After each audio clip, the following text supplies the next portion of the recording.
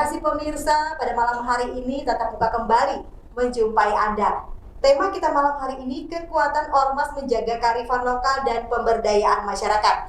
Nah, untuk membahas hal ini sudah hadir di studio bersama saya dengan Bapak Ducun Helduk Umar SE, Ketua Umum DPP Penyang Sahawung Kalteng. Saya sapa dulu, selamat malam Pak. Selamat malam. Apa kabar? Bahala, luar biasa. Terima kasih sudah hadir di studio Curhat TV. Kemudian kita juga berkenalan dengan Dr. Efrata, SPD MSI, Wakil Ketua 1 Asbadata Kalimantan. Inon, kabar? Kabar selamat kemarin. Jadi pemirsa, itu apa kabar? Selamat malam. Terima kasih Bu Efrata sudah hadir bersama kami di studio Jurnal TV. Kita malam hari ini akan berbincang tentang bagaimana kekuatan Ormas Dayak itu sendiri menjaga kearifan lokal kita. Pemirsa, jangan kemana-mana, saya akan kembali setelah yang berikut ini. Tetaplah bersama kami di Tatap Muka.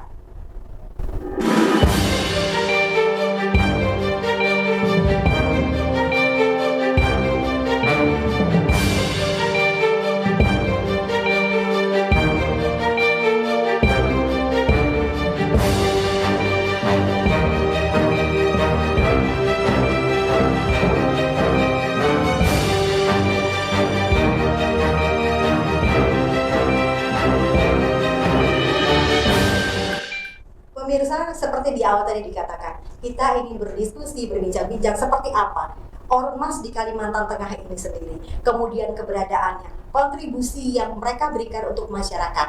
Nah, langsung saja yang pertama dengan Bapak Ducun dulu sebagai Ketua Umum DPP Penyang Sahawung Kalteng.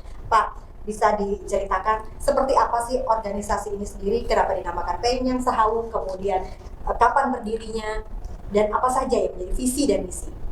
Oke, terima kasih. Jadi Penyang Sahawung ini diambil dari seorang tokoh Dayak leluhur Sahawung, dan dia memiliki ilmu kekuatan itu Penyang, dan konon yang namanya leluhur ini dalam membela harkat dan martabatnya, ya dia menggunakan ilmu-ilmu yang mempunyai kekuatan tertinggi sehingga bisa menghalau musuh-musuhnya.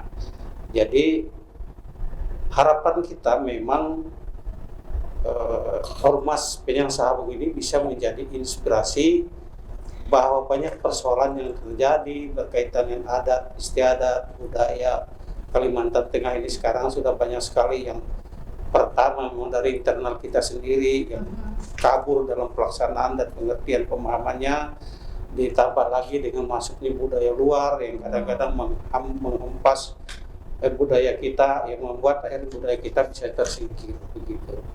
Jadi ada satu kesadaran kawan-kawan generasi muda yang bergabung dalam Penyang Sahawung ini ingin melihat itu dan mengkritisi masalah-masalah berkaitan dengan adat istiadat dan budaya Dayak ini, karena ada banyak sekali dari istilah-istilah, dari pemahaman filosofi, daripada simbol-simbol adat dan istiadat budaya Dayak ini yang mulai hampir tersingkirkan begitu. Jadi ini kita mau ingatkan kembali kepada generasi muda, jangan sampai ini hal-hal yang penting merupakan peninggalan leluhur ini kita lupakan. Sehingga waktu itu Penyang Sahawung ini kita dirikan pada tahun 2021,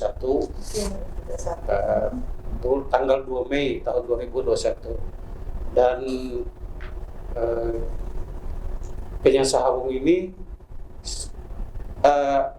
tujuan dan sasarannya, visinya bahwa melihat bahwa adat istiadat dan budaya Dayak ini sudah banyak yang terdegradasi, sehingga kita ingin Penyang Sahawung ini bisa mengkritisi. Jadi ayo kita kritisi, kalau perlu kita, kalau ada pihak-pihak terkait, apakah itu lembaga atau pihak tertentu yang melanggar daripada adat istiadat dan budaya, kita harus tegur. Kita memberikan satu pemahaman, pengertian. Oke, seberapa besar Pak kekuatan dari Ormas ini sendiri memberi masukan untuk kebijakan publik kepada pemerintah? Kalau seberapa besar sebenarnya kita ini kan masih belum begitu banyak, keanggotaan kita masih kecil, masih ya kurang lebih 100 orang lah. Dan kita ini dari beberapa kali pergolakan yang berkaitan dengan persentuhan dan adat istiadat budaya Dayak ini kan kita berupaya berada di garis depan menghalaunya maupun memberikan pemahaman dan pengertiannya. Jadi kita selalu berupaya dari kepengurusan pusat sampai ke tingkat pedesaan, kita ingin Penyang Sahawung ini berada di depan. Oke. Sebelum menjelaskan lebih jauh lagi seperti apa sih Penyang Sahawung ini sendiri, mensosialisasikan itu kepada masyarakat, tahan dulu, saya ke Bu Prata dulu. Sebagai Wakil Ketua 1 Asbadata, bisa dijelaskan Asbadata itu seperti apa organisasinya, kemudian backgroundnya kenapa sampai dia hadir di Kalimantan itu seperti apa? Baik. Dari tadi belum ada salam Dayak kita. Oh iya. Adil Katalinu Bacuramin Kasaluga Basengat Kajubata. Harus. Baik, terima kasih. Kebetulan saya sebagai Wakil Ketua 1 bidang umum, Ibu Ketua tidak bisa hadir karena ada sesuatu dan lain hal. Nah, di sini saya mau menjelaskan Asbadata itu adalah Asosiasi Bawi Dayak dan Wisata. Nah, ini sudah menjalani ke 6 tahun. Ulang tahunnya di bulan Januari.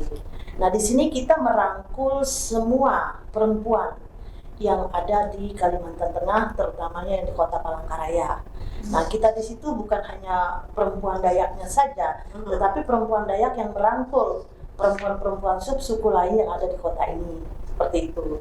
Jadi di situ ada anggotanya Jawa, Banjar dan lain-lain gitu. Ada semua di kita ya. Nah, kebetulan kita di provinsinya. Nah, ini ada 2, ada kota dan ada provinsi. Kalau di kota itu Dr. Misrita ketuanya. Nah, kita juga sudah ada di Kabupaten Kuala Kapuas, di Sampit sudah buka. Yang lain juga mau dikembangkan terus gitu. Nah, tujuan kita untuk Asosiasi Bawi Dayak dan Wisata ini atau dikenal dengan Bawi Dayak ini, kita merangkul orang-orang yang ibaratnya dari ibu-ibu rumah tangga gitu, yang biasanya dengan seabrek masalah gitu. Ketika kita ini makanya yang ibaratnya kami sebagai pengurus ini tidak membedakan siapa. Jadi kita rangkul semua mereka dan kita buktikan bahwa kita perempuan Dayak itu mampu merangkul orang lain, mampu mempersatukan perbedaan kita dari keyakinan ataupun dari masalah finansial dan lain-lain. Apa saja yang sudah dilakukan teman-teman selama 6 tahun berjalan ini? Programnya, kemudian yang bersentuhan dengan masyarakat, selain tadi ibu-ibu aja itu? Iya. Kalau bersentuhan dengan masyarakat itu kita sudah melakukan, misalkan pas terjadi banjir, kita swasembada gitu, swadaya kita ibu-ibu ini untuk membagi ala kadarnya yang kita mampu untuk masyarakat yang sedang memerlukan gitu. Terus kita juga seperti ini bulan Ramadan, kita juga membagi takjil gitu, dan itu juga swadaya dari ibu-ibu juga. Terus juga kita UMKM-nya jalan. Di UMKM ada apa aja nih? Di situ dari herbal semuanya, obat-obatan tentang Dayak semua. Seperti pertanyaan saya ke Bapak Ketua Umum tadi yang Penyang Sahawung, seperti apa sih mensosialisasikan Asbadata ini sendiri ke masyarakat sehingga mereka mau ikut dan bergabung? Begini, memang sulit sebenarnya membinanya itu, tapi kita dengan kasih. Kita membina mereka dengan walaupun kita ibaratnya lebih dari mereka, kita harus bersatu dengan mereka gitu. Mereka duduk di lantai, kita duduk juga di lantai. Mereka makan, kita ikut makan. Jadi akhirnya mereka merasa, oh kita diperhatikan. Oh ternyata perempuan-perempuan Dayak ini, pengurus-pengurusnya ini sayang dengan kami gitu, bisa merangkul. Jadi di situ akhirnya mereka semua pada ikut di grup gitu, ketika ibaratnya ada apa gitu masalah gitu, kita arahkan gitu. Jadi walaupun mereka punya penghasilan ibaratnya hanya sedikit, nanti ada jual kue hasilnya 5.000 atau berapa gitu, itu mereka syukuri karena mereka merasa dikasihi, disayangi seperti itu. Tadi dikatakan bahwa berbeda-beda anggota yang ikut di situ. Kalau dari statistik jumlah berapa, Bu? Kalau kita di provinsi ini sekitar 100-an juga. Mungkin di kota nanti juga ada juga itu jumlahnya. Karena kita ada 2, terus di kabupaten juga sekitar sudah. Kalau sering acara itu mereka datang juga dari Kuala Kapuas itu. Oke, sebelum kita masuk ke menjaga kearifan lokal kita, ini juga tadi salah satunya menjaga kearifan lokal. Iya. Saya ke Pak Ketua lagi. Seperti pertanyaan tadi, seperti apa sih Pak mensosialisasikannya ini ke generasi sekarang? Yang notabene tadi Bapak katakan terpaan dari luar itu sangat luar biasa. Nah itu seperti apa supaya mereka mau? Ya.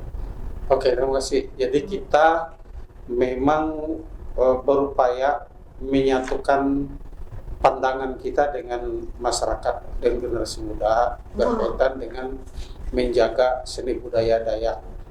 Dan akhir-akhir ini kami juga sudah mulai mencoba untuk nantinya pengurus Penyang Sahawung maupun anggota Penyang Sahawung ini yang bisa kita terima menjadi anggota Penyang Sahawung itu ada beberapa persyaratan. Jadi persyaratannya itu pertama dia orang Dayak asli. Orang Dayak asli. Jadi kalau dia mau jadi pengurus, ya memang harus orang Dayak tegak lurus, darah Dayak tegak lurus. Kalau dia menjadi pengurus, tapi hanya jadi anggota simpatisan, boleh yang campuran gitu. Tapi dia siap mengakui dan taat kepada anggaran dasar rumah tangga Subhano Penyang Sahawung. Nah, lalu selanjutnya kita nanti saatnya kita akan melaksanakan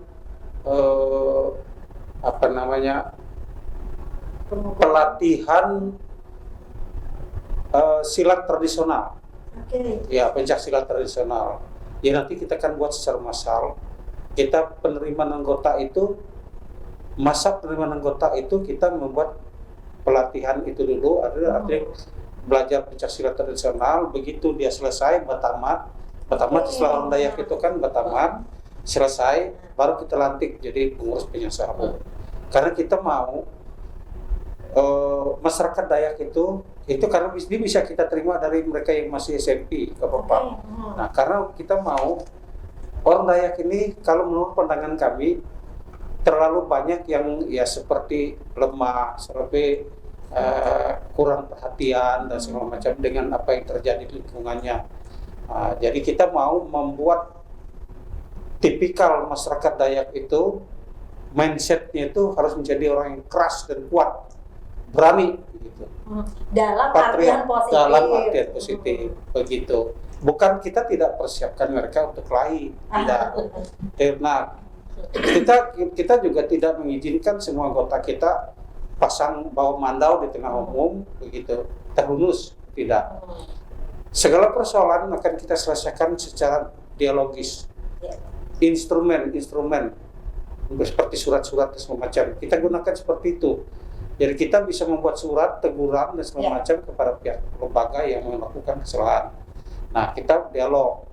Nah, sebaiknya begini, sebaiknya begitu. Begitu kita akan terapkan kepada seluruh anggota sehingga nanti Penyang Sahawung itu selalu dimanapun dia berada selalu berdiri di depan kalau berkaitan dengan adat dan budaya. Begitu. Bagaimana agar supaya setiap ormas kelokalan ini dia bisa saling dukung, dia bisa saling jaga, tidak saling bentrok. Karena lain bendera kan sudah orang satu grup ajakan kita beda pemikiran. Nah, ini seperti apa dari Penyang Sahawung sendiri mengantisipasi anggota dan lain-lain? Ini yang sudah kami jalankan selama ini. Jadi sebagai ormas Dayak, kita rangkul sesama ormas Dayak. Kita bikin koalisi ormas Dayak. Bukan berarti kita membenci ormas-ormas yang sifatnya kebangsaan, bukan. Tapi sesama ormas Dayak ini agar tidak saling bentrok, tidak saling ganggu satu sama lain. Ayo kita sama-sama, visi-visi kita kan ingin menjaga Dayak ini supaya tetap bersatu kompak. Karena kekuatan kita itu ada pada kekompakan kita sebagai sesama ormas Dayak, begitu. So boleh dilihat seluruh visi misi ormas Dayak itu tidak ada lain, arahnya ke persatuan dan kekompakan masyarakat Dayak. Itu sebenarnya. Menjaga utus Dayak. Ya, kita akan kita sudah membuat satu kayak forum begitulah. Nah, jadi ini yang akan kita jaga kebersamaan sama Ormas Dayak ini. Kita juga pernah melakukan perjalanan ke Kalimantan Barat, kita membawa kurang lebih 60 orang. Itu kan polisi Ormas Dayak ini, kita bawa ke Kalimantan Barat. Ternyata di sana kita bertemu dengan Ormas Dayak se Kalimantan Barat, bertemu juga dengan ada juga ikut dari Kalimantan Selatan dan Kalimantan Timur. Kita ketemu di Kalimantan Barat. Itu jadi kita sudah sebenarnya searah. Ya, begitu kita sampai di sana bagus semua penerimaan itu. Jadi ini harapan kita ke depan ini mudah-mudahan kita bisa laksanakan di Kalimantan Tengah lagi. Kita akan undang seluruh Ormas Dayak se Kalimantan. Oke. Gitu. Karena tadi sudah menyangkut sampai keluar dari Kalteng nih, bagaimana kita bertemu di sana. Nah, yang menjadi kendala saat ini adalah kekuatan media sosial. Saya ke Ibu Efrata dulu. Kekuatan media sosial ini dia sanggup untuk memecah, kemudian juga sanggup untuk mempersatukan. Tetapi kalau orang pemikirannya tidak sepaham dengan kita, pasti kan akan ada komen-komen dan lain-lain berhubungan dengan ormas-ormas kelokalan. Nah, supaya tidak terjadi seperti itu, apa yang harus kita lakukan sesama ormas? Kalau kita ke ormas lokal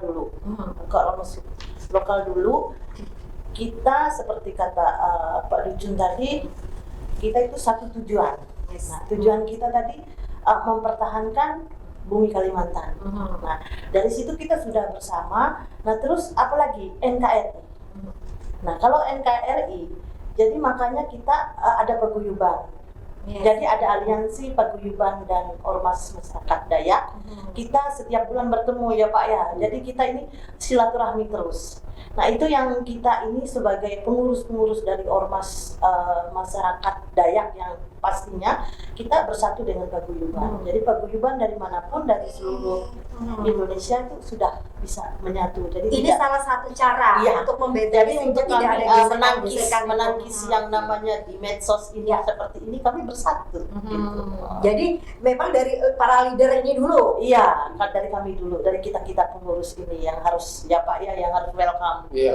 Jadi akhirnya bawah-bawah ini mengikuti, ternyata mereka bisa bersatu, paguyuban dan ormas masyarakat Dayak bisa bersatu. Jadi kita juga harus begitu. Nah, harus begitu terus, kita harus begitu bergerak terus. Oke. Karena kita berbicara kearifan lokal, saya mengambil contoh pada saat ini yang lagi viral. Kita ambil saja Ibu Ida Dayak. Kalau dari persepsi kita, masyarakat atau warga Dayak, bangsa Dayak mengatakan bahwa itu sangat baik. Orang Dayak terkenal di situ membantu orang lain. Nah, tetapi kan di luar sana tidak sedikit yang pro terhadap apa yang beliau lakukan. Kalau dari sisi kearifan lokal, Ibu melihat seperti apa? Kalau dari sisi kearifan lokal, Ibu Ida Dayak ini memang mumpuni dan dia mempunyai itulah asli sebenar hati orang Dayak. Dia mengasihi sesama. Dia tidak memandang agama apa, dia tidak memandang suku apa. Itu membuktikan bahwa kita itu bukan yang seperti pandangan orang luar sana. Kita hanya ingin ini, tapi kita memang punya yang seperti itu, dan kearifan lokal ini yang harus kita tetap jaga. Jadi sebenarnya kita juga ingin mengundang Ibu Ida Dayak ya Pak, harus dia bertemu dengan kita nih, karena kita inilah yang bersuara juga, berperang di medsos itu supaya istilahnya yang negatif itu terbuang gitu. Karena memang beliau memang tulus, kita lihat sendiri gitu. Beberapa masyarakat yang ada di Indonesia beliau tidak memandang dari mana, begitulah beliau membantu. Itu salah satu kearifan lokal yang ada pada kita yang bisa dilihat oleh luar. Dunia pun boleh melihat itu. Kalau pandangan dari Pak Ketua sendiri?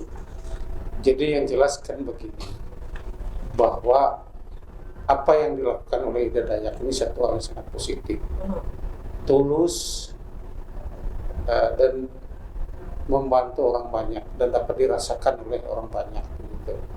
Jadi yang dia lakukan itu bukan omong kosong gitu, bukan bohong-bohongan.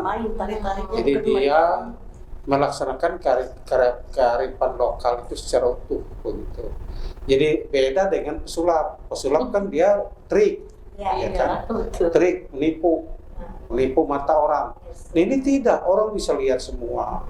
Nah, kalau dia disamakan seperti dukun ya beda lah. Dukun kan yang kalau banyak kita lihat di YouTube gitu kan, di Jawa itu yang membawa korbannya masuk kamar berdua sendiri. Beberapa kasus Ya, banyak kasus. Lah kalau ini di tengah orang banyak apa yang dilakukan kan Ya. begitu. Ya, dia benar-benar memperlihatkan ketulusan hatinya, memperlihatkan begini loh orang Dayak, kearifan lokalnya orang Dayak begini. yang Jadi, masih terjaga sampai ya, sekarang. sampai terjaga. Ini yang membuat kadang-kadang orang Dayak secara menyeluruh ini kan agak gergetan juga gitu kan. Berarti Kalau- salah satu pemersatu juga Ibu Dayak ini. Iya. Ibu Ida Dayak. Iya, orang Dayak semua jadi merasa terkesima Ah, semua. iya, gitu. semua. Jadi merasa berempati Iya. ketika Iya. beliau dalam tanda kutip Oh, iya. diganggu. Iya. Makanya, jadi begitu Apa dia ini diganggu, semuanya, habis semua. seluruh Kalimantan itu Iya. bersuara kan. Padahal tidak ada yang mengomando pada Tidak saat itu ada. ya. Tapi sama-sama ingin Iya. menjaga, Iya. meluruskan inilah Iya. kearifan lokal kami Iya. seperti itu. Kalimantan Gitu. Selatan dari apa? Kalbar juga malah kemarin berangkat ya beberapa Iya. rombongan ke sana.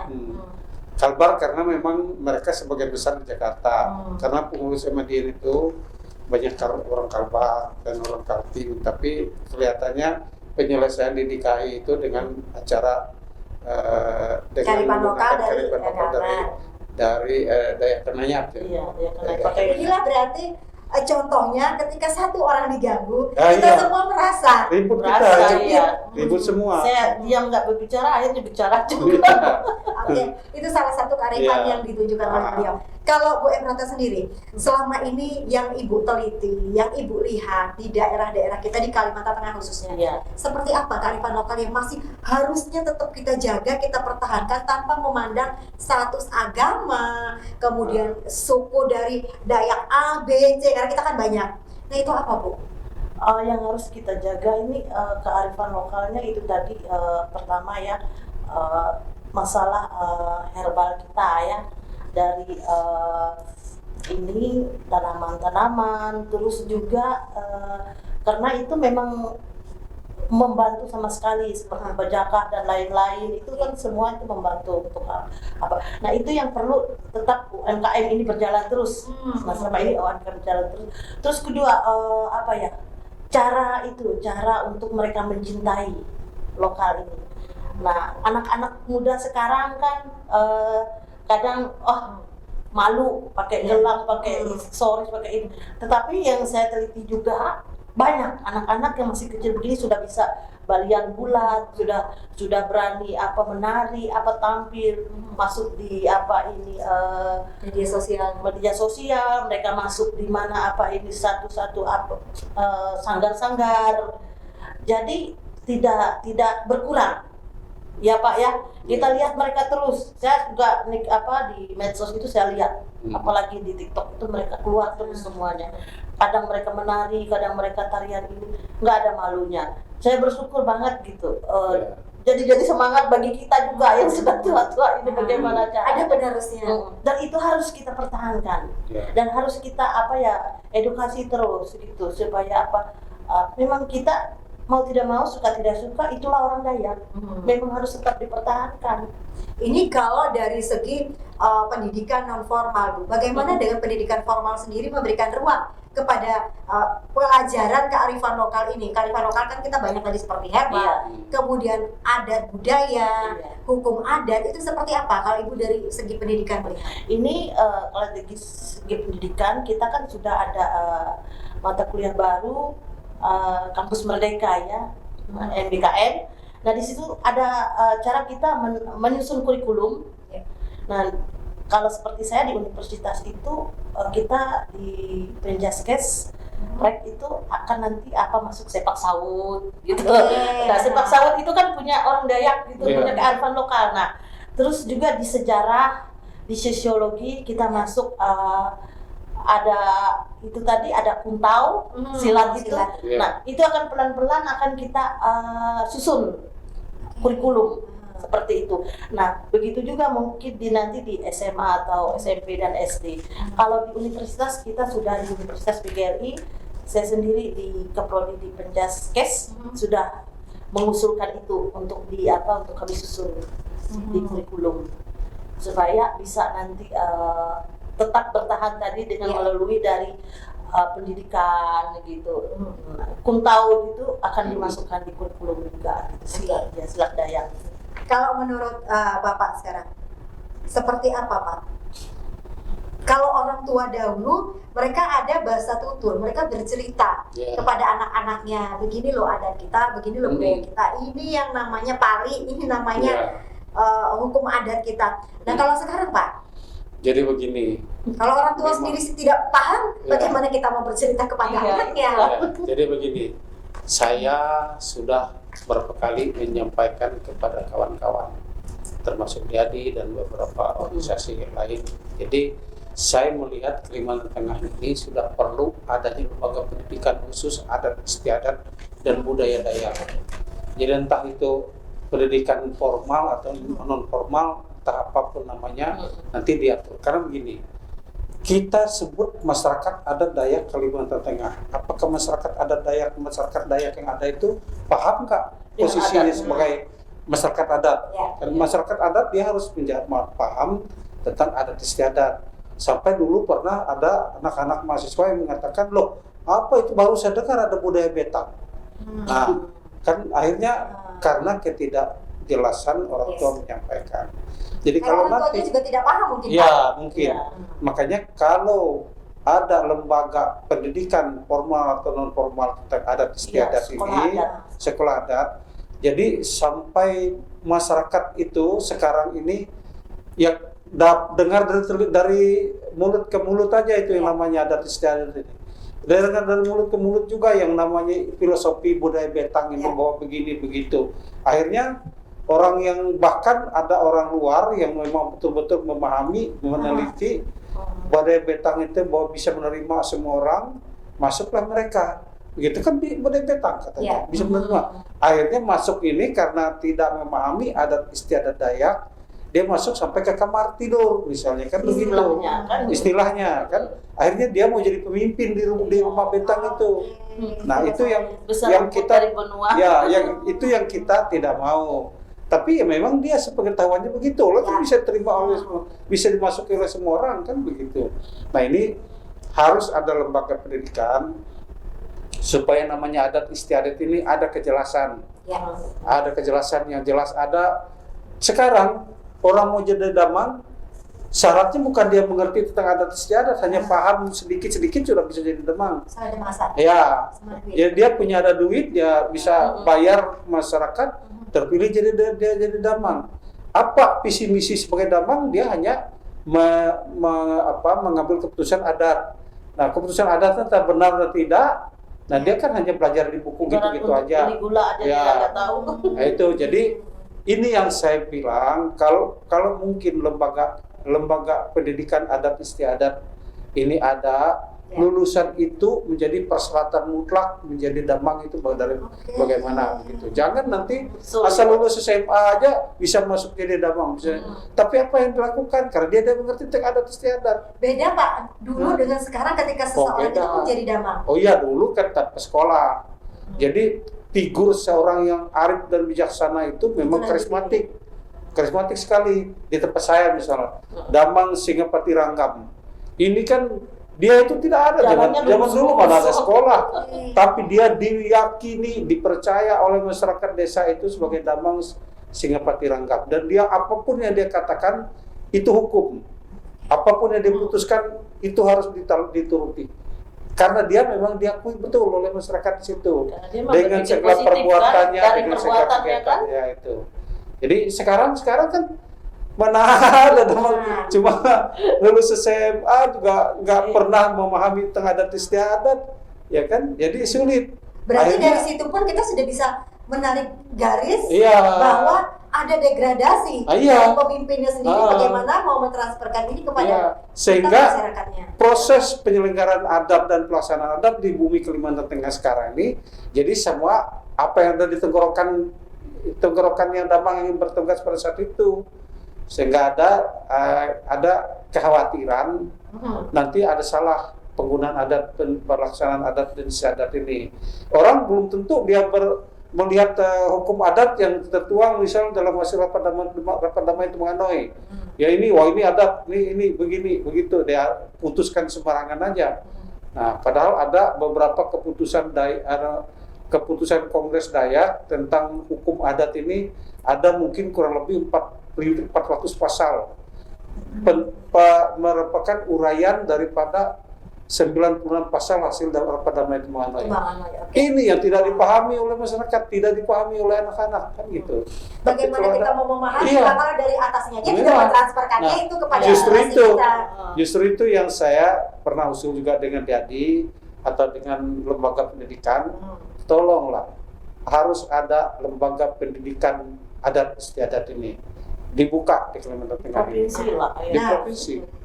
Berarti salah satu tugas dari teman-teman Ormas ini membawa ini Ya, misi sebagai itu. supaya bisa menjadi kebijakan Ya. publik dan diterima Ya. oleh pemerintah. Ah, Oke. ya mudah-mudahan lah ya, apa yang kita sampaikan sampai juga Dengar, ke telinga ya. pemerintah ya. Soalnya kalau nanti ada dari pihak pemerintah tidak menerima, tidak menyambut ini yang kita sampaikan ini, nanti secara tertulis kita akan usulkan kepada Dinas Pendidikan dan Kebudayaan. Oke. Saya bergeser ke Asbadata dulu. Iya. Bu, ketika Ibu juga sambil meneliti bagaimana kearifan lokal kita, bagaimana juga mentransferkan ini kepada para bawi-bawi Dayak yang ada di anggotanya sendiri. Sebelum kita skupnya lebih luas lagi. Begini cara mentransferkan mereka tentang kearifan lokal ya. Dan juga tentang adat budaya kita. Tadi Oh, kan iya. Ibu mengatakan di situ seperti rumah betang, banyak Iya, macam-macam majemuk. Nah, jadi mereka puji Tuhannya ya, alhamdulillah gitu, di Asbadata ini kita toleransinya tinggi. Oke. Walaupun di situ berbagai-bagai keyakinan tadi toleransinya tinggi dalam artian kita arisan tiap bulan gitu, kadang 2 kali sebulan. Nah, di rumah siapa gitu. Jadi di situ selalu kita beri rasa toleransi bagaimana, punya aturan punya orang Dayak itu bagaimana, kearifan lokalnya bagaimana, nggak boleh begini, nggak boleh begitu, kita kasih tahu semua dan mereka juga akhirnya memahami. Yang seperti kata Pak Dudun tadi, kalau kearifan lokal itu ya dari A sampai Z itu kita harus kasih tahu. Ibarat tidak boleh makan di tengah rumah, itu memang harus kita kasih tahu karena dari situ itu apa sih filosofinya, Yes. supaya nggak ketendang kan kalau lewat. Ya benar aja sih, itu maksud orang tua dulu kan. Yeah. Itu dilihat sekilas nggak penting, Yeah. tapi sebenarnya itu sangat penting. Nah seperti itu sering kita sering kita berbicara, sering kita kasih tahu sama mereka. Nah sampai sekarang istilahnya ya kita damai-damai saja dan mudah-mudahan lebih lagi gitu. Oke, kalau Pak Ketua, bagaimana sih kita melihat kan di setiap daerah, di setiap tempat itu kan berbeda, Pak. Iya. Kearifan lokal masing-masing. Misalnya kita Dayak Barito, sana beda dengan Dayak Kahayan. Iya. Nah, kemudian bergeser lagi kemana beda lagi. Iya. Kalau kita kan banyak. Nah, supaya ini satu bahasa, walaupun ini beda nih. Misalnya cara dari Manyan nih beda nih. Iya. Menanggapi misalnya acara adat, atau perkawinan misalnya, kan Iya. berbeda dengan Kapuas, Kahayan. Iya. Nah, supaya kita tuh bisa satu bahasa. Ya. Jadi memang itulah gunanya perlu ada lembaga pendidikan tadi supaya dari dasar masyarakat ini paham bahwa dari di Barito nih begini adatnya, di Ketingan begini adatnya. Katakan nilai Jipen saja, nilai Ya. Jipen itu di Barito mungkin 100.000 ya, di Ketingan itu 250.000 misalnya. Nah di Kahayan mungkin hanya 1.000. Jadi belum tentu sama juga di daerah lain seperti. Tapi esensinya terjangkau, tercapai semuanya bahwa yang namanya denda adat, sanksi adat itu ada kena Jipen sanksi ya kan. Ada begini, sanksi adat itu harus begini begitu. Jadi sampai itu hanya memang menyepakati menyeragamkannya itu yang masih perlu upaya gitu kan.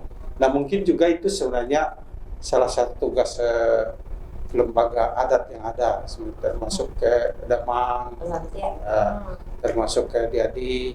Kita nih lembaga kedamangan aja kadang-kadang saya lihat juga tidak murni dan konsekuen melaksanakan tugas sebagai lembaga adat gitu kan. Oke, apa sih yang menjadi kendala sehingga itu tidak tersosialisasikan, tidak tercapai kata sepakat dan mufakat? Iya. Kalau dari Ibu, Biasanya kalau yang kata apa tadi mufakat yang tidak tercapai itu kadang-kadang ego ya Pak ya, Iya. ego masing-masing saja itu. Nah, di situ harus ada penengahnya. Ya. Harus ada yang tidak ingin berpolemik gitu. Jadi kalau sudah ada penengah kayak gitu kan akhirnya nyambung. Nah, gimana caranya kita supaya bisa seperti itu? Ya buktinya kita sekarang damai-damai saja ya Pak. Ya. Seperti Pak Dukun kan sering mempersatukan ormas-ormas ini. Misalnya si Anu begini, si Anu tapi kadang kita silaturahmi. Ya seperti itu. Jadi akhirnya kita ini berpikir supaya rendah hati dan itulah filosofi orang Dayak tadi, biar gimana pun kita tetap bersaudara. Jadi akhirnya saling menyadari, oh iya ternyata yang hal seperti ini tidak baik. Ya orang Dayak ya begitulah, kadang-kadang kelaik Ya. bersatu lagi. Ya. Kenapa saya tanyakan ini? Karena sebentar lagi kita pemilu. Ya. Ormas di Kalimantan Tengah ini banyak sekali. Betul. Nah, untuk namanya mengurangi atau ya meminimalisir yang namanya gesekan itu, karena kan pasti beda pilihan dong. Nah, Ya, betul. nanti si A mendukung si B, yang ini beda lagi dukungannya. Nah, persiapan yang dilakukan oleh masing-masing organisasi ini. Kita gampang saja untuk penyiasahung, karena kita ingin dari awal kita masuk sebagai organisasi penyiasahung itu kita tidak berafiliasi kepada salah satu partai politik, gitu. Jadi kita bisa lepaskan keberadaan kita sebagai lembaga yang mengkritisi adat dan istiadat, bukan persoalan politik. Gitu. Walaupun di dalamnya ada Ya, pelajaran politik. ada pelajaran politik, begitu. Perkara nanti ada anggota kita yang berpolitik, ya dia berpolitik secara baik. Oke. Dia tidak mencampur adukan. Politik santun. Oke. Kalau Bu Ebrata sendiri, Asbadata tadi beragam loh di sini. Iya. Nah, itu seperti apa? Nanti ketika sudah saling adu dukungan, terus saling gontok-gontokan, nah seperti apa sebelumnya yang terjadi? Kalau itu sih sudah banyak bayangan gitu, pilih si ini, pilih si itu Nah, ya. Walaupun sudah ada walaupun kisi-kisinya. kita secara lisan kan kita tidak arah ke politik sama dengan Pak itu tadi, kita tidak mengarahkan ini anggota kita ke sana. Tapi sudah ada mulai riak-riak gitu. Nah, mengatasi seperti itu, kita tidak usah ikut mendorong atau ikut mengangkat kata-kata mereka, itu kita diamkan saja. Terus kita kasih wejangan bahwa kalau mau pilih saja sesuai hati nurani. Karena tidak ingin ada, kita di grup juga tidak ingin ada yang begitu, saya pilih si ini si itu, enggak. Itu sudah di hati masing-masing. Memang kalau Berarti ada ketegasan dari awal. sudah ada ketegasan. Kalau mau milih, pilihlah secara pribadi, jangan membawa nama organisasi. Iya, jangan bawa nama organisasi, dan jangan juga di dalam organisasi tentang dia yang punya jabatan di situ, pengurus di situ, pilih ini ya gitu. Nggak ada sih, hati nurani aja. Oke. Kemudian Kemudian dukungan untuk orang Dayak. pertanyaan berikutnya adalah program ke depan dari masing-masing organisasi ini, tetapi ditahan dulu. Pemirsa jangan kemana-mana, kami akan kembali setelah jeda pariwara berikut ini. Tetaplah bersama kami di Tatap Muka.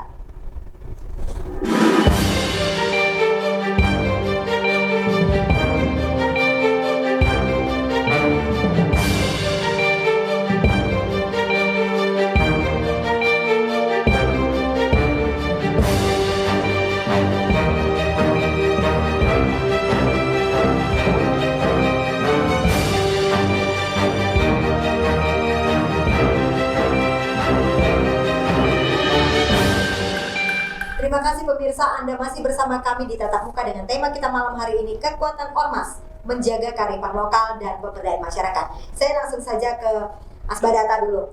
Program ke depan yang berkenaan dengan masyarakat. Program kita ke depan, kita tetap di UMKM untuk memajukan itu, terus kita tetap ke pendidikan. Bagaimana caranya supaya yang ada di Asbadata ini dari daerah-daerah itu nanti bisa untuk mereka menempuh pendidikan. Dan seperti itu yang sudah kita anukan. Pendidikan realnya seperti apa, Bu? Realnya seperti ini, seandainya mereka lulus SMA. Ya. Nah, saya kan di Universitas PGRI. Nah, bagaimana caranya supaya mereka bisa kuliah di sana dengan pembiayaan atau ikut itu, sekarang kan ada KIP. Jadi gratis sekolahnya, gratis kuliah, dengan catatan dari sekolahnya nilai-nilai itu sudah dipantau gitu. Jadi mereka bisa ke sana, 2 itu dulu.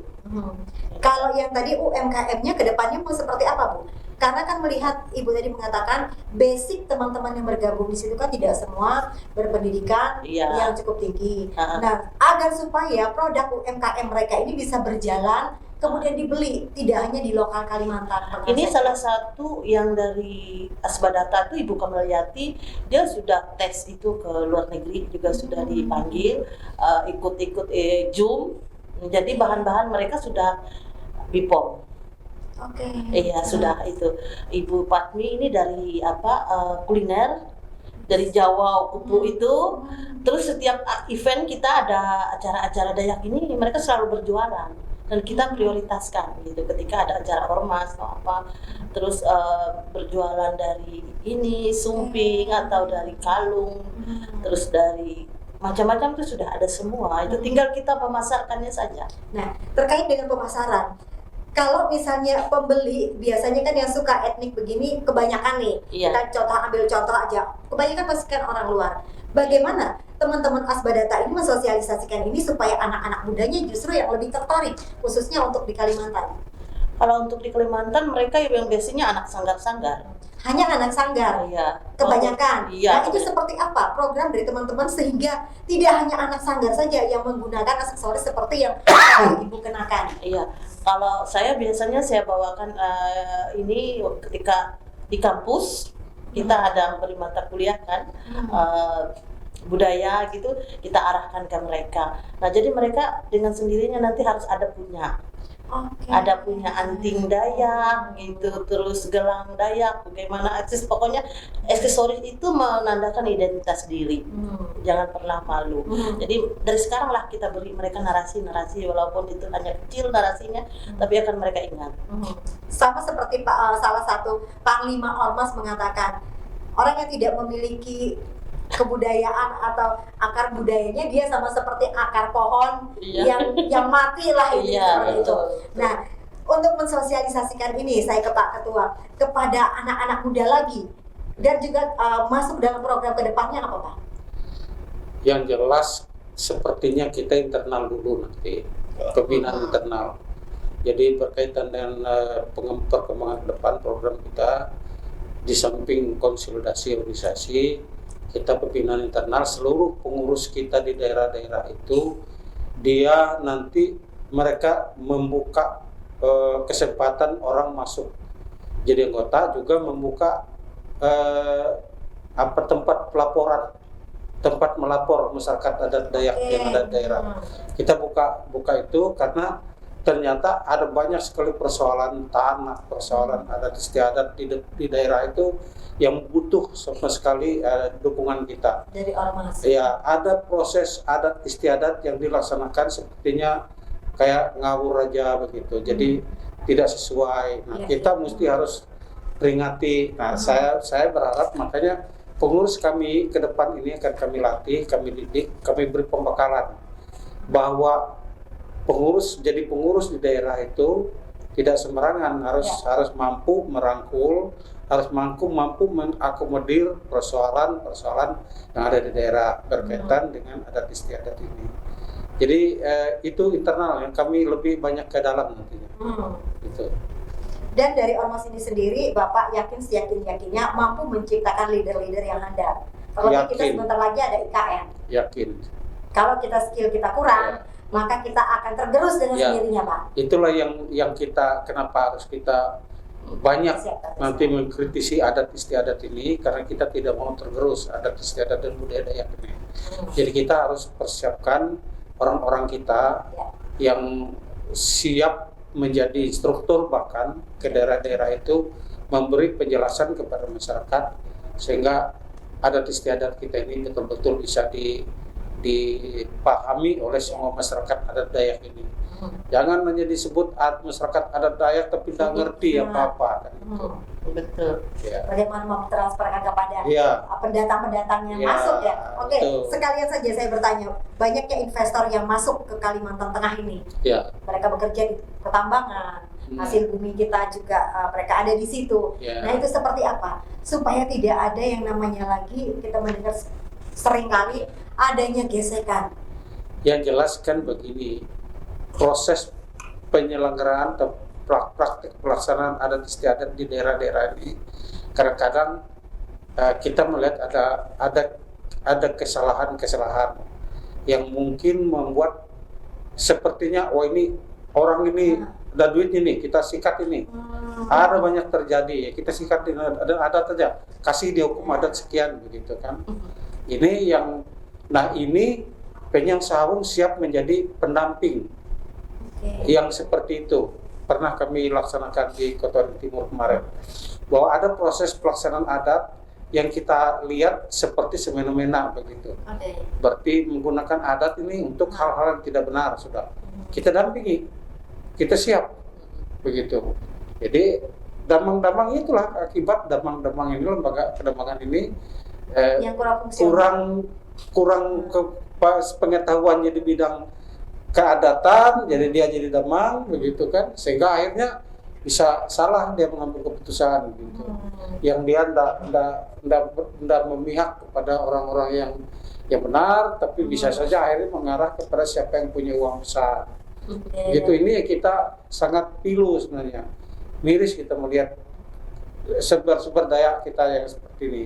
Itulah yang saya menuntut sebenarnya, bagaimana daerah ini segera melaksanakan, membuat lembaga pendidikan untuk adat istiadat ini. Begitu. Oke, ke Asbadata lagi. Tadi kita sudah mendengar penjelasan Bapak Ketua dari Penyang Sahawung, agar supaya juga Asbadata ini semakin dikenal oleh anak-anak muda, kalangan anak muda. Karena dari tadi kan kita mendengar ibu, ayah sudah lahir rumah tangga, supaya Asbadata ini lebih dekat lagi dengan kaum milenial dan mereka tertarik gitu Bu. Caranya ya itu tadi, lari ke pendidikan. Kita arahkan ke sana. Jadi waktu di Kabupaten Kuala Kapuas kan saya bicara seperti itu. Jika kadang mereka kan punya kendala, mau melanjutkan kuliah itu kan bagaimana, uang tidak ada. Nah saya bilang sekarang kan ada KIP dari pemerintah, bagaimana dari SMA itu supaya bisa masuk. Kami juga ada batasan setiap tahun itu mungkin ada 50 orang yang boleh masuk dibantu oleh pemerintah KIP tadi. Nah, kalau Asbadata cepat gitu, saya bisa arahkan ke kampus kita seperti itu. Nah, bekerja sama dengan Asbadata, bekerja sama dengan kampus tempat ibu bekerja. Ya, seperti itu. Jadi dalam artian kalau sudah seperti itu, nah mereka akan mencintai Asbadata tadi. Nah, wisata gitu kan, ini asosiasi Bawi Dayak dan wisata gitu. Jadi dengan begitu mereka akan merasa bahwa ternyata kami juga diarahkan ke hal-hal yang positif gitu. Jadi mereka akan mencintai dan akan bergabung. Kalau dari Asbadata sendiri kan ada pariwisata di sini. Kriteria di daerah setempat itu apa saja sih Bu yang bisa diangkat menjadi pariwisata ketika kita melihat di tempat itu tidak ada peluang pariwisata yang misalnya alamnya kurang menjanjikan, misal pemandangannya kurang misalnya. Nah, seperti apa agar masyarakat ini dia bisa melihat ini bisa kita jual dari tanda kutip menjadi pariwisata, menjadi wisata? Sebenarnya semua itu bisa semua sih, asal ada duitnya. Jadi asal dibantu oleh pemerintah. Biasanya daerah-daerah yang seandainya cuma hal-hal yang kelihatan cuma air dengan tinggal kita modifikasi itu akan menjadi wisata gitu. Cuman kita ini kadang kendala dari dana gitu, kita tidak pernah dapat bantuan. Bawi Dayak ini asosiasi Bawi Dayak provinsi ini yang pasti tidak pernah yang kita yang namanya dapat bantuan bahwa ini untuk mengerjakan, enggak.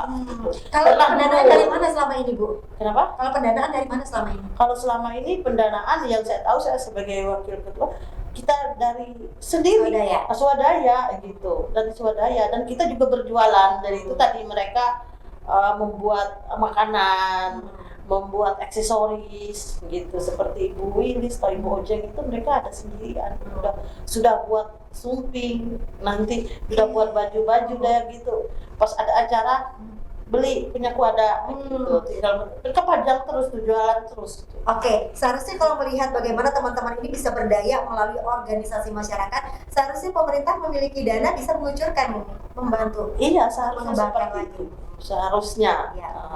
Atau kurang gedorong, kurang komunikasi dengan pemerintah yang menangani? Bu? Sudah, kalau ibu ketua kita kan Ibu Hajah Mulyadina kan kebetulan orang Diadi juga ya Pak Ducul. Iya. Nah beliau kan orang Diadi juga, jadi masalah ke pemerintah itu beliau juga sudah masuk kok ke sana juga. Kalau Ya, menurut mungkin Ibu sendiri belum kenapa?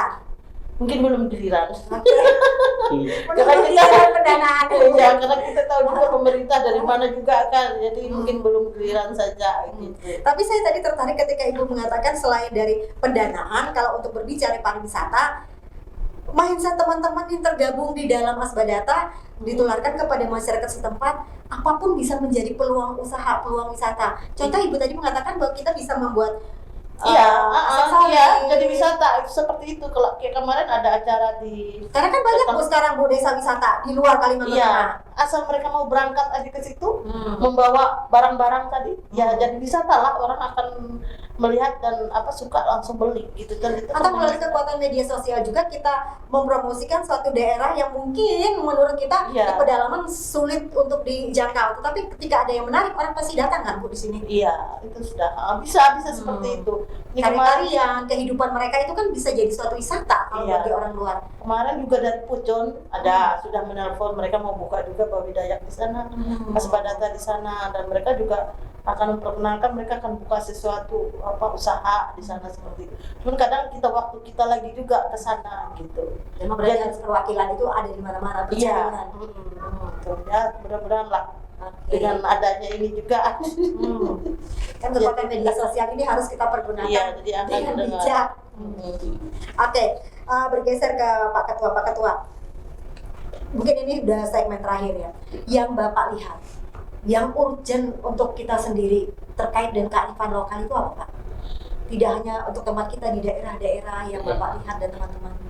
Yang Jadi, harus memang segera. Memang yang harus segera dipikirkan oleh pemerintah itu di mana tempat orang masyarakat adat itu bisa menimba pengetahuan yang sama begitu. Jadi yang artinya yang bisa dipertanggungjawabkan. Kalau Ya. Pak lah. Ya. Nah, kenapa kita tidak bisa membuat itu supaya bisa dipahami oleh orang banyak? Kalau itu tidak dipikirkan, ya kapan lagi orang masyarakat Dayak Kalimantan Tengah ini bisa paham dengan adat istiadatnya, bahwa begini begitu. Itu kan semua ada aturan mainnya itu. Ya. Lalu budayanya, bagaimana bahasanya, ini sekarang ini kan Kulinernya. juga, iya, Kalau di Kalbar itu di Diadi itu iya, mereka jualan. Di situ lapi-lapi. ini yang kadang-kadang di sana tidak ibrek. ini kan. Nah, jadi cobalah dilihat yang kepentingan masyarakat Dayak itu sebenarnya apa begitu. Nah, jangan ini nanti terus terang. Sekarang ini kan masih bisa, ini kan sudah modifikasi nih Labung kan, bukan ini sebenarnya. Iya. Lalu yang sebenarnya Labung ini Danau Tingang dia di belakangnya, dia di ininya. Tapi sekarang sudah berubah jadi bulu burung harwe misalnya. Nah itu saya bilang besok-besok bulu ayam gitu di kepalanya, ya kan? Kalau modifikasi apa tidak Iya, boleh Pak? karena tidak paham gitu Iya. kan. Saya pernah tanya di museum, saya sengaja, ini mana, ini apa namanya? Saya tunjukkan bulu burung harwe, ini Danau Tingang Pak. Nah itu saya bilang, di kacaunya di Orang taunya Danau Tingang hotel Iya. Pak. Iya, kacau di museum ini saya bilang, itu bulu ekor burung tinggang itu, Dek, saya bilang, kalau kamu taruh di atas meja, orang sebut itu bulu ekor tinggang. Nah, itu ekor tinggang. Tapi kalau bulu ekor tinggang ini kamu pasang di kepala, menghargai yang namanya kepala manusia ini, maka disebut Danau Tingang. Nah, itu. Jadi, ini hal-hal kadang-kadang hal kecil seperti itu, Betul sekali. Iya, kita itu tidak harus paham dijelaskan. gitu. Jadi bukan burung harwe ini beda. Burung harwe ini kan filosofi orang masyarakat Dayak ini yang diagung-agungkan burung tinggang karena dia tinggal juga di atas pucuk pohon yang paling besar gitu Iya. kan. Dia burung yang sangat agung, sangat ini di Kalimantan Tengah ini. Bukan harwe yang tinggal di semak belukar, saya bilang begitu kan. Itu hanya masalah perburungan ya Pak ya? Iya, baru burung. Baru burung Iya. nih Pak. Belum lagi yang lain. Belum pertanyaan orang, apa beda mandau dan pisau ambang misalnya. Iya. Kan masih bingung juga orang kan, lo kan sama pisau. Ya. Mandau juga iya, tapi kan harus dibedakan, mandau itu pusaka Iya. untuk orang perang zaman dulu itu mandau, bukan. Yang pisau ambang itu alat untuk bekerja. kan begitu. Orang taunya, termasuk saya, taunya kemana-mana orang Dayak bawanya mandau, kalau di sini. Nah, saya juga baru tahu. Ya, tapi sebenarnya pisau ambang itu beda dengan mandau. Kalau pisau ambang itu kan memang betul-betul untuk kerja. Perkara bisa bunuh orang ya bisa juga namanya pisau. Namanya senjata tajam. Iya, namanya senjata tajam. Tapi mandau itu jangan lupa dia sudah dikasih diisi dengan muatan-muatan magicnya, diisi dengan kekuatan-kekuatan macam-macam Nah, itu di nggak bisa situ. ditolak kalau musuh Itu. merah nggak bisa. Itulah mandau. Nah, makanya mandau itu dihargai sedemikian rupa oleh masyarakat Dayak sebagai pusaka. Itu bedanya dari pisau. Nah, jadi hal-hal gitu ini juga Nah, itu. sering kita ini katakan isin ulang atau apa arti isin ulang? Pantang Pantang mundur. mundur. Apakah dari bahasa mana kita dapat isin ulang itu lalu pantang mundur? Apakah isin itu pantang? Apakah mulang itu mundur? Nah, ini kira-kira kalau kita mau cari hal seperti itu bingung juga orang kan. Bahasa apa itu? Nah, saya bisa membahasakan yang sederhana saja. Isya itu menghitung. Ya kan bahasa Dayaknya. Hitung. Nah, mulang itu mengulang. Artinya hitung kembali kekuatan Anda, siap gak maju ke depan itu perang. Iya. Kalau kita cuma 2 orang mau maju melawan 10 orang, itu enggak Mati konyol. mati Iya. konyol namanya kan itu. Tidak menggunakan strategi. Hitung kembali, ulang. hitung kembali kekuatan Ulang. Anda. Itu Hitung baru ulang. 3. Baru Perburungan 3. persenjataan Ya. sama filosofinya. Iya. Belum lagi yang lain. Banyak sekali, Banyak. banyak sekali. Belum dia berkaitan dengan tutur-tutur tadi. Yes. Iya. Nah, bagaimana kalau ular nyebrang dari kiri ke kanan itu apa artinya? Ya, Misalnya, betul. Terus tit kita berjalan di hutan, tit bunyi suara pantis misalnya. Iya. Itu apa? Ke sekarang kan enak tinggal pasang telepon, tinggal kok dulu nggak ada. Orang ini ada Dia bahaya. harus pandai membaca alam. Iya. kita berangkat dari rumah Itu ini terjadi apa nggak di jalan? Ya itu sebenarnya satu bukti kedekatan, keakraban manusia Dayak dan alam, saling menjaga. Alam pun bisa menjelaskan kok Ya. untuk kita. Jangan jalan terus, itu bahaya ada depan. Ya. Ada nah gitu kan, ada tanda. Itu di keluarga kamu di rumah ada sakit, ada yang luka, tip bunyi suara pantis. Begitu macam-macam tuh alasannya ada itu bertutur. Nah ini yang kita sebenarnya perlu melakukan, menyampaikan tutur-tutur ini kepada generasi penerus muda, kita. gitu. Nah, sama seperti yang dikatakan oleh, saya bilang tadi, seorang panglima, dia mengatakan bahwa tanah itu bapak kita, air itu ibu kita. Bagaimana kalau bapak dan ibu kita ini dirusak tanpa kita menjaga kearifan lokal yang kita punya? Betul. Tanggung jawab kita bersama berarti. Ya. Kita duduk bersama, Kerja bersama itu. untuk menjaga ini. Mari Statement kita terakhir. pahami. Statement terakhir dari Bapak Ketua dulu, DPPP-nya Sahawo, Ya. terkait dengan kekuatan Ormas menjaga kearifan lokal dan pemberdayaan masyarakat kita, masyarakat adat. Kita harus kompak ya. Jadi seluruh ormas Dayak itu kompak. Kita menjaga kearifan lokal tidak boleh hanya 1-2 orang saja, tapi betul-betul kita laksanakan secara bersama. Tanpa kita kekompakan kita untuk menjaga itu tidak bisa. Jadi berkaitan dengan bagaimana kita memahaminya, kita harus kompak memahaminya. Lalu bagaimana kita melaksanakannya, mentaatinya. Nah, bagaimana sama-sama kompak lah. Kalau kita kompak kita kuat. Oke. Itu terima kasih. Bergeser ke Ibu, statement closing. Oke.